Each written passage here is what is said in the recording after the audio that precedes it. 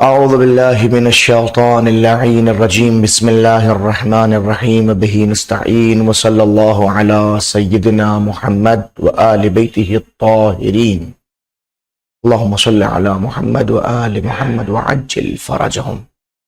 قال امام العلی علیہ الصلاۃ والسلام ثلاث من کن فیہ کمل ایمانہ.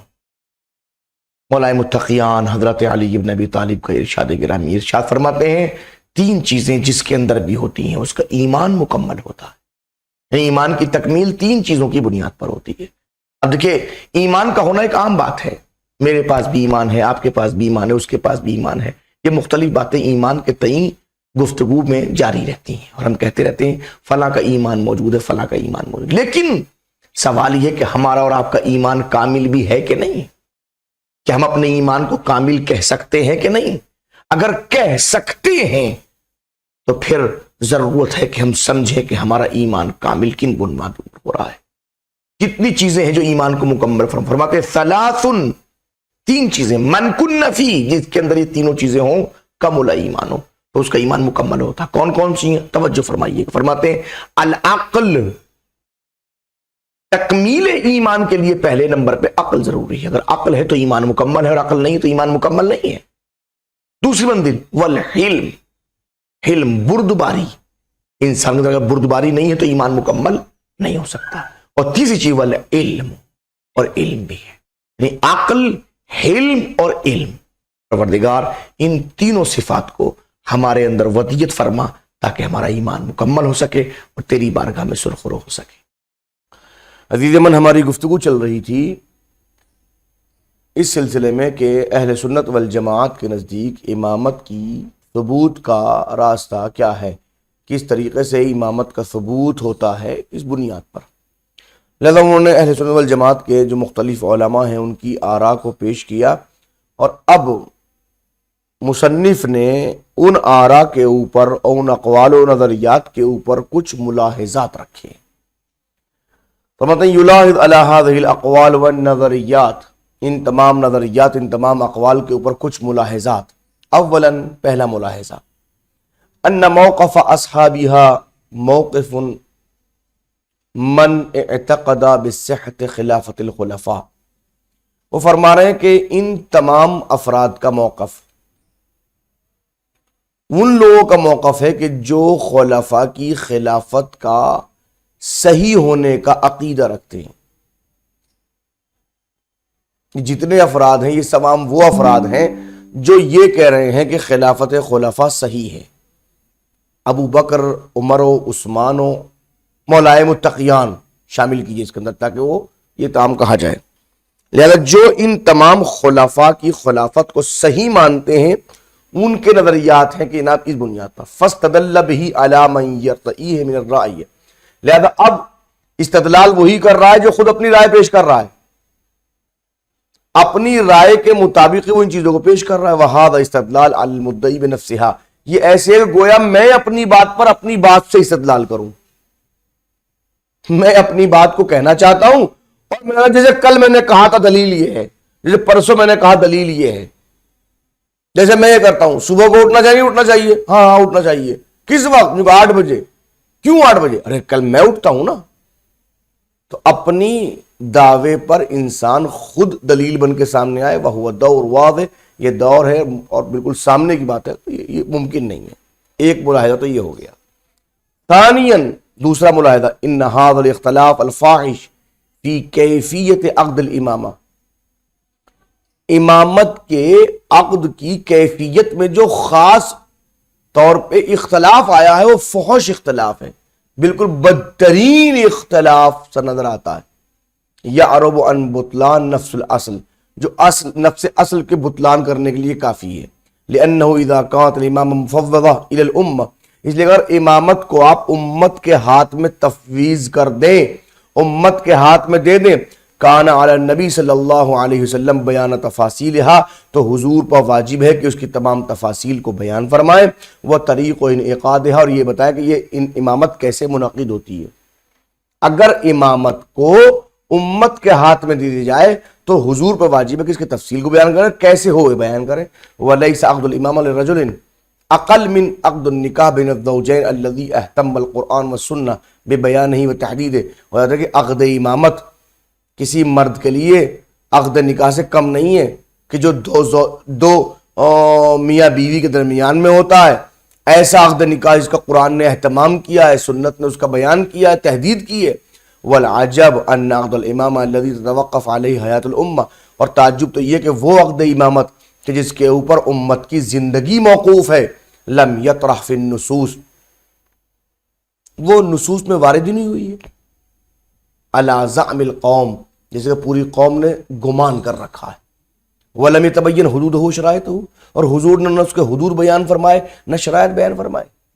دیکھیے ہمارا نظریہ تو ہے، ہم تو کہتے ہیں کہ حضور نے اس پہ نص کی ہے. بات واضح ہو رہی ہے؟ تو حضور نے نص کی ہے ہم تو کہتے ہیں، مگر وہ کہتے ہیں کہ اس پہ نص ہی وارد نہیں ہوئی ہے.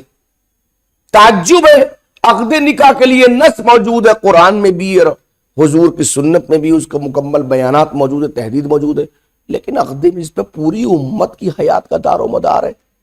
حضور نے اس کے متعلق کچھ نہیں کیا. والعجب من هؤلاء الاعلام، اور تعجب تو ان بڑے بڑے علماء سے بھی ہے. کیف سکتوا عن الاعتراضات الهائلة التي، کہ ان تمام اعتراضات کے اوپر کیسے خاموش ہیں. کون ہے اعتراض؟ وہ اعتراضات التي توجہت من نفس الصحابہ والانصار والمہاجرین علی خلافۃ الخلفاء، جو خاص طور پہ صحابہ نے پیش فرمائے خلفاء کی خلافت کے اوپر، چاہے وہ ان صحابہ کا تعلق انصار سے ہو، چاہے وہ ان صحابہ کا تعلق مہاجرین سے ہو. کون سے خلفاء؟ الذین تمت بیعتہم ببیعت الخمس فی السقیفہ، وہ خلفاء کہ جن کی بیعت سقیفہ میں 5 لوگوں نے مکمل کر دی. او بیعت ابی بکر لعمر، یا ابو بکر نے عمر کی بیعت کر لی.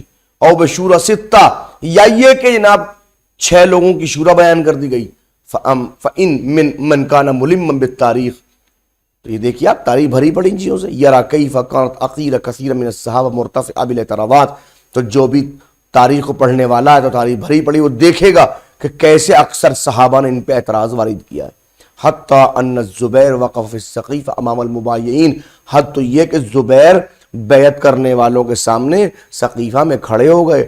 وقد اخترط سیفہ، اور انہوں نے اپنی تلوار کو نکال لیا. وہ یقول، یہ کہہ رہے تھے لا اغمدہ حتی یبایع علی، کوئی یہاں سے اٹھے گا جب تک کہ علی کی بیعت نہ کر لیں. فقال عمر علیکم الکلب فاخذ سیفہ من یدہ، تمہارے اوپر کتے چھوڑ دیے جائیں. فاخذ سیفہ من یدہ، اس کے ہاتھ سے تلوار چھین لی گئی.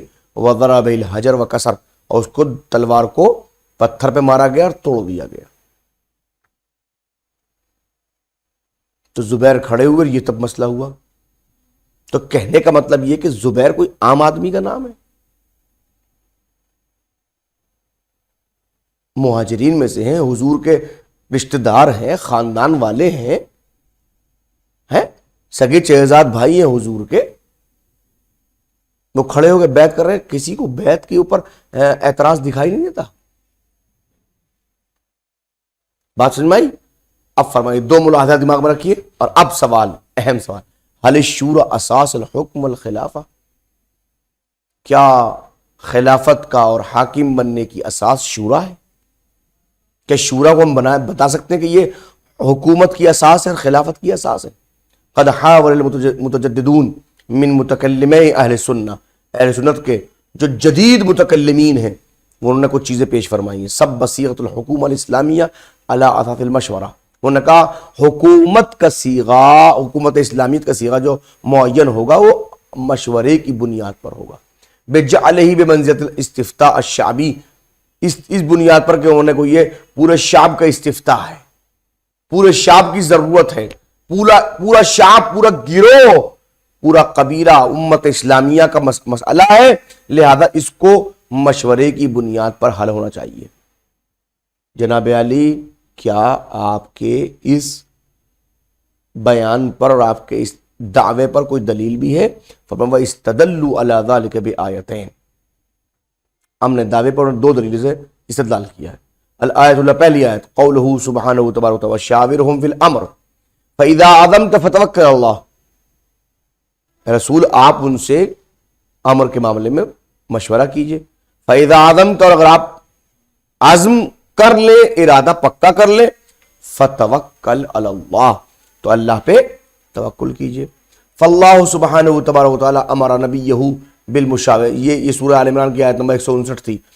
اللہ سبحانہ تبارک و تعالیٰ اپنے نبی کو امر کیا ہے کس بات کا؟ بالمشاورہ، مشاورت کا، مشورے کا حکم دیا حضور نے۔ تعلیم للامہ، کیوں دیا؟ تاکہ امت کو تعلیم دی جا سکے، حتی یشاوروا فی مہام الامور، تاکہ وہ امت اہم امور میں مشورہ کر سکیں۔ وَمِنْهَا، اور ان اہم امور میں ہی الخلافہ، خلافت بھی ہے، کیونکہ اللہ نے حکم دیا ہے، حکم اس لیے دیا ہے، ایسے نہیں کہ حکم حضور سرور کائنات صلی اللہ علیہ وسلم کو معاذ اللہ ثم معاذ اللہ کسی بات کے سمجھنے میں دشواری ہے تو وہ لوگوں سے مشورہ کریں، نہیں، مشورہ اس لیے کر رہے ہیں تاکہ امت کو سکھا سکیں۔ بات واضح ہوئی؟ اب یلاحظ علیہ، اس پہ بھی ایک ملاحظہ انشاءاللہ بعد میں۔ وصلی اللہ علی محمد و آل بیتہ الطاہرین۔